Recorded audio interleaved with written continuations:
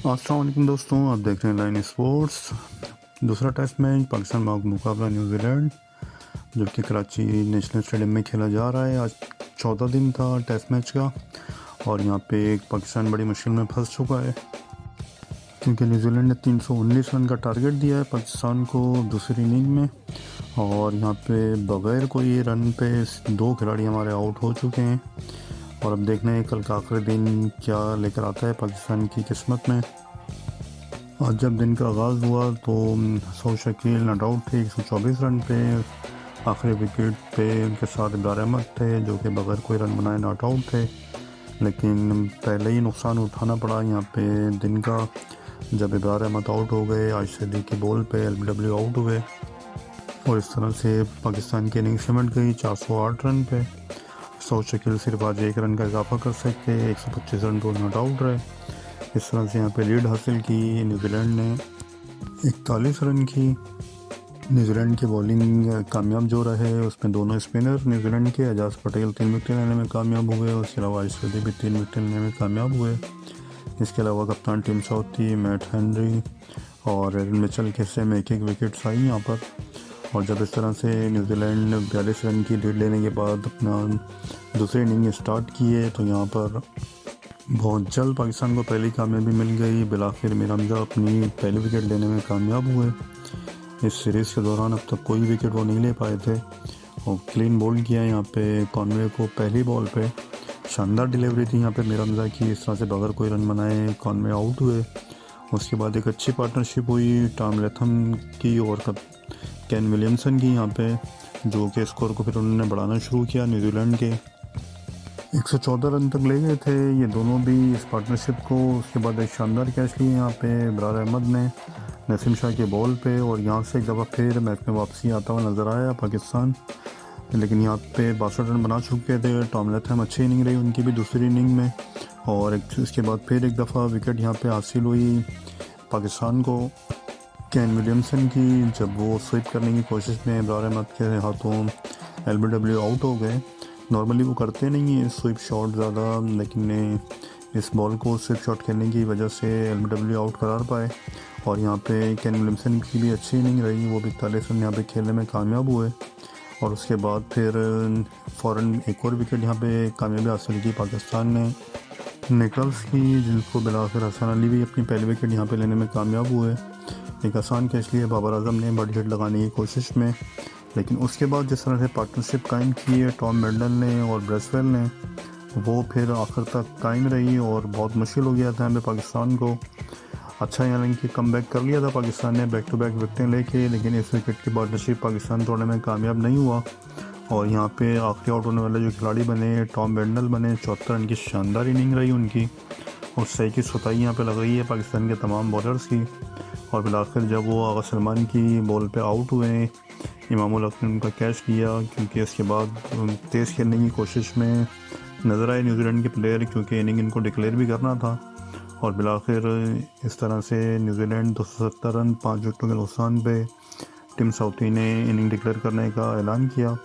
और यहाँ पे पाकिस्तान को फिर टारगेट मिला 319 रन का। पाकिस्तान की बॉलिंग की बात की जाए तो सारे बॉलर आज 1-1 विकेट लेने में कामयाब हुए। नसीम शाह, मीर हमजा, इब्रार अहमद, हसन अली, आगा सलमान। लेकिन यहाँ जिस तरह के ब्लंडर किए हैं पाकिस्तान ने, वो अजीब व गरीब थे, क्योंकि अच्छा हमने कम बैक कर दिया था।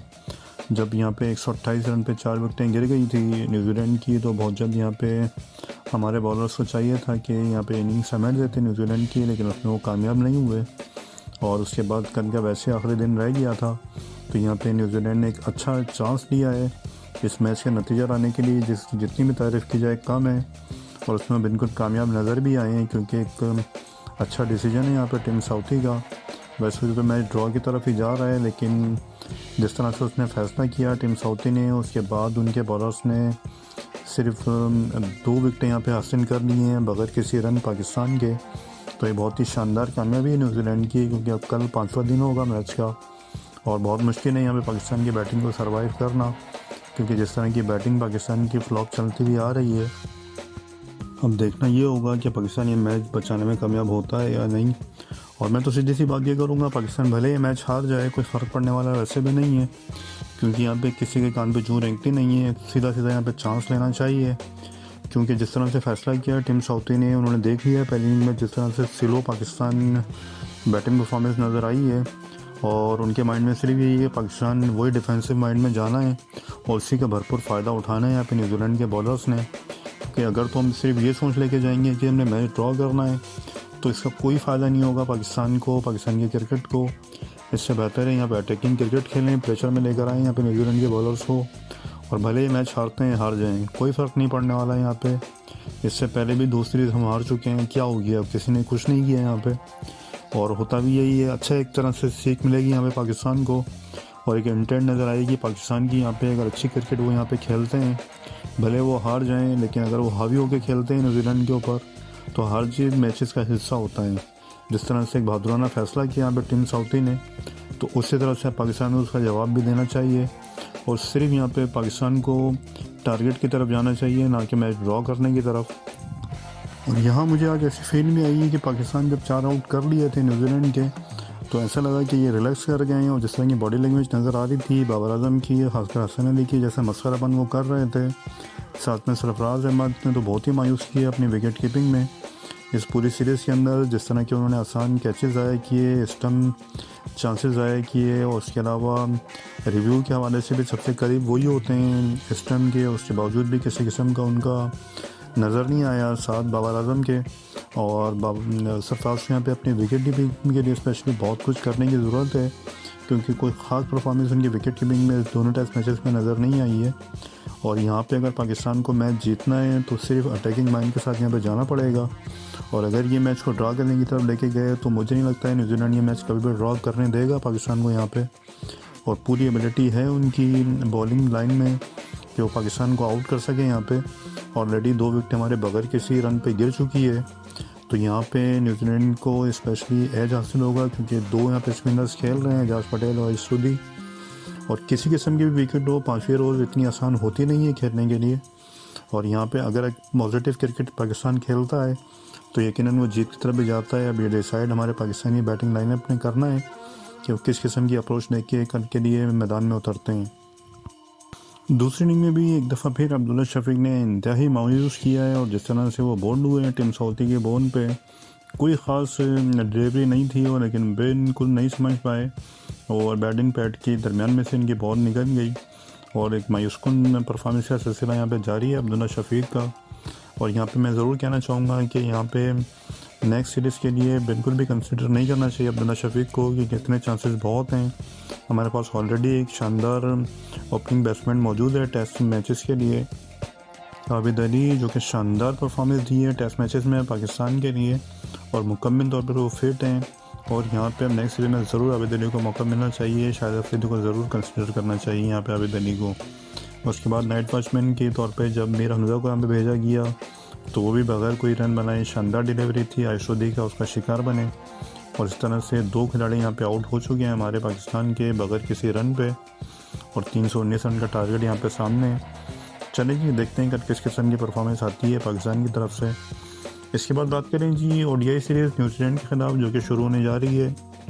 शाहिद अफरीदी ने आज अनाउंस किए 16 रकनी स्क्वाड, जिसके अंदर कप्तान बाबर आजम है, उसके अलावा फ़खर जमान, हारिस रऊफ़, हारिस सोहेल, इमाम उल हक, कामरान गुलाम, मोहम्मद हसनैन, उसके अलावा Nawaz, wicket keeper Rizwan, Mohammad Wasim junior, Naseem Shah, Salman Ali Agha, Shahnawaz Dhani, Shan Masood, Tayyab Tahir और उसामा मीर।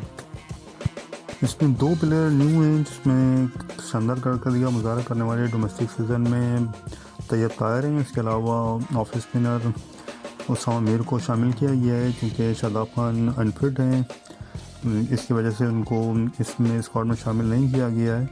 और यहाँ पे शाहिद अफरीदी का यही कहना था कि बैलेंस टीम उन्होंने यहाँ पे अनाउंस की है न्यूजीलैंड के ख़िलाफ़, और पूरी उनके साथ बात हुई है कप्तान बाबर आजम और हेड कोच सकरन मुश्ताक के साथ, और उनके मशवरे से टीम तश्कील दी गई है। और हम चाहते भी ये हैं कि बाबर आजम को एक बड़े क्रिकेटर के साथ एक अच्छा कप्तान भी बनाएं, ताकि वो अच्छी परफॉर्मेंस दें कप्तानी में भी। यहाँ पे अगर शान मसूद की और हारिस सोहेल की बात की जाए तो बिल्कुल सही सिलेक्शन हुई है यहाँ पे, क्योंकि पास में अच्छी परफॉर्मेंस रही है शान मसूद की भी और हारिस सोहेल की भी, और ये एक अच्छा इजाफा है यहाँ पे। और शायद अफरीदी का भी यही कहना था कि अभी बहुत क्रिकेट बाकी है इन दोनों प्लेयर्स के अंदर। और हमारे पास होता यही है, जब हमारे खिलाड़ी टाइम होता है उनको पाकिस्तान को सर्व करने के लिए तो उनको बाहर कर दिया जाता है एक दूसरे से बुनियाद पे, और ये चीज़ का सिलसिला ख़त्म होना चाहिए। और यहाँ पे अच्छी इंक्लूड किया है पाकिस्तान ने इन दोनों को न्यूजीलैंड के लिए स्क्वाड में।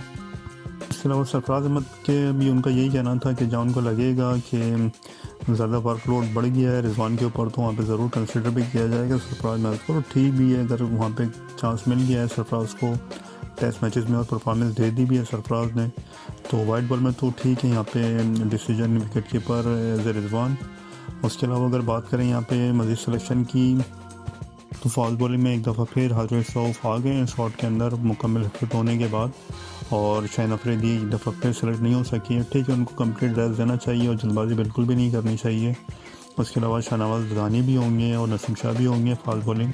तो काफ़ी बैलेंस स्क्वाड है यहाँ पे पाकिस्तान का। अब देखना ये होगा किस किस्म की परफॉर्मेंस नज़र आती है अब टेस्ट मैचेस मुसलसल हारने के बाद इस वनडे में, क्योंकि वनडे सीरीज़ इंतहाई अहम होगी। आगे एशिया कप भी खेला जाना है, उसके अलावा वर्ल्ड कप भी आ रहा है ओडीआई का, तो इसके लिए यकीनन अभी से तैयारी करना ज़रूरी है।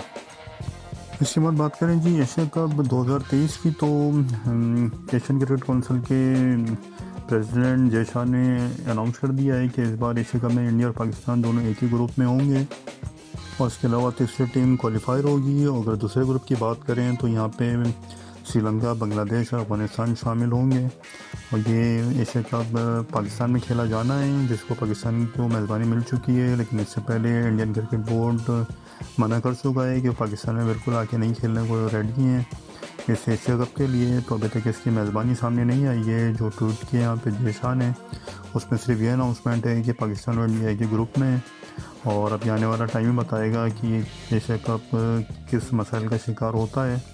और यहाँ पे अगर इंडिया की हठधर्मी बरकरार रही तो शायद ये कैंसिल की तरफ भी या फिर किसी और न्यूट्रल वेन्यू की तरफ भी जा सकता है, तो इसके लिए इंतज़ार करना होगा।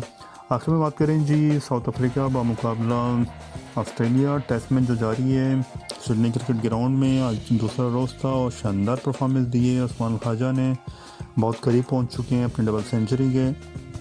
195 रन पे वो नॉट आउट है यहाँ पे, और जिस किस्म की क्लास एक दफ़ा फिर उस्मान ख्वाजा ने शो की है वो इंतहाई शानदार रही है। कल पहला दिन था, लेकिन ख़राब रोशनी की वजह से और बारिश की वजह से मुकम्मल 90 ओवर का खेल नहीं हो सका था। और जिस तरह से आज बैटिंग की है, एक पहाड़ खड़ा कर दिया यहाँ पे 475 रन, सिर्फ 4 आउट हैं यहाँ पे ऑस्ट्रेलिया के। और लगता है ऐसा ही है कि सिर्फ अब उस्मान ख्वाजा की डबल सेंचुरी का इंतज़ार है, उसके बाद इनिंग डिक्लेयर कर देगा यहाँ पे ऑस्ट्रेलिया, और यकीनन यहाँ पे दबाव में होगा साउथ अफ्रीका एक बार फिर बैटिंग के हवाले से, क्योंकि मुसलसल फ्लॉप जारी है इस पूरी सीरीज़ के अंदर बैटिंग लाइनअप साउथ अफ्रीका की।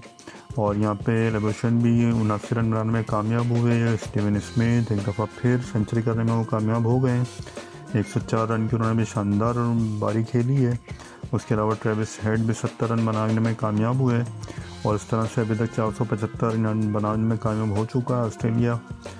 साउथ अफ्रीका की बॉलिंग की बात की जाए तो नोकिया कामयाब बॉलर है, जिनके हिस्से में 2 विकेटें आई हैं। इसके अलावा रबादा और महाराज स्पिनर साउथ अफ्रीका की एक विकेट इनके हिस्से में आई है। अब देखना ये है कि ऑस्ट्रेलिया कब अपनी इनिंग को डिक्लेयर करता है और साउथ अफ्रीका कैसी बैटिंग परफॉर्मेंस आती है, लेकिन लगता है ऐसा ही है कि बड़ी आसानी से ये वाइट वॉश करने में कामयाब हो जाएगा ऑस्ट्रेलिया साउथ अफ्रीका को इस 3 टेस्ट मैचेस की सीरीज़ के लिए। चलिए जी, आज की वीडियो में इतना ही था। उम्मीद है आपको वीडियो ज़रूर पसंद आई होगी। प्लीज़ चैनल को लाइक कीजिए, शेयर कीजिए, सब्सक्राइब ज़रूर कीजिए।